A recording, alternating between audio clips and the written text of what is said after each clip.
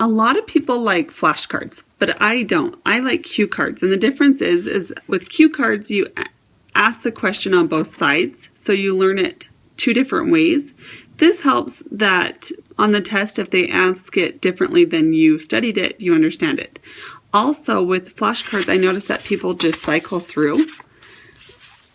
Sometimes learning the information that they already know over and over and not focusing on the information that they need to know. I found this to be really effective when I was in hygiene school, and I've helped other students do that, and they found it to be effective too. So let's go through. What happens if you nick an artery? And on the back, how is a hematoma caused? So you ask yourself, how is a hematoma caused if you nick an artery? What happens if you nick an artery? You cause a hematoma. So if I pick this up and it says, what happens if you nick an artery? And I think, what happens if you, a hematoma? And then I ask myself again, how is a hematoma caused? You nick an artery. So I got that one right. So I'm going to put this in the right pile. And then let's say I pick up the next one. Where do amides metabolize? And I can't remember where they metabolize, except for prilocaine. And I think, where does prilocaine metabolize? And then I switch this over. What does the liver metabolize? Oh, amides. What is the one thing that metabolizes in the lungs? Oh, it's prilocaine. So I didn't know that one, so I'm going to put it in the wrong pile. I pick up the next one. What is it called when you have a prolonged spasm of the muscle of mastication? Trismus. So I asked myself another way, what are the characteristics of trismus? Prolonged spasm of the muscle of mastication. So I knew this one, so I'm going to put it in the right one. And then 7.3 to 7.4 is a pH of what type of tissue? And I think, oh my goodness, I can't remember that. Oh, what is the pH of normal tissue? And I'm like, oh, it's 7.3 to 7.4. But I didn't know that, so I'm going to put it in the wrong pile. What is the pH of local anesthetic with epi? Oh, it's 3.3. And that was right. 3.3 represents local anesthetic with epi. So I got that one right. Let's say I got this one right, and then I got this one wrong. So now I'm going to go through the pile that I got right the first time, and if I can get it right twice, then I can discard it. So what does 5.5 represent? And I think, oh my gosh, I can't remember.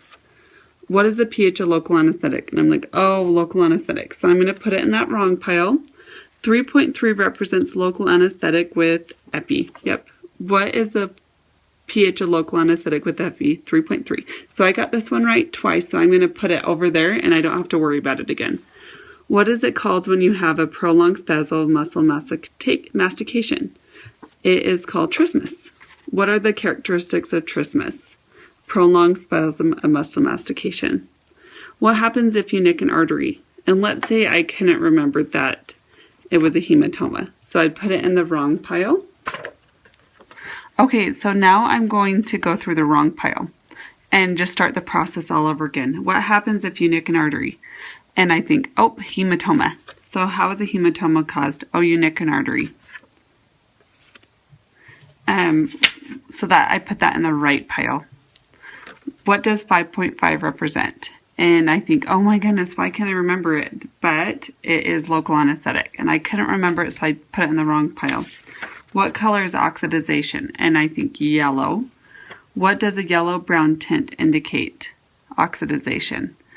And so I think I know this one, so I put it in the right pile. What is a pH of normal tissue? And I think, oh my goodness, I think it's 7.3 to 7.4. And then I say 7.3 to 7.4 is the type, is what type of tissue? And I think normal tissue.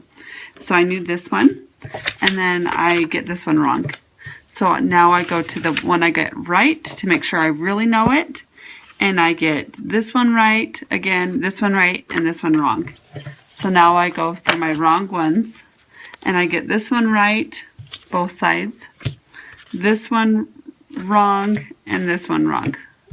And so if I can ask myself the right one again, then it goes into the permanently right. And now I'm studying these two and go from there. And so this helps your studying be really, really focused. So you're spending the most time on the information that you don't know and not the information that you know already really well. I hope this worked for you. Let us know.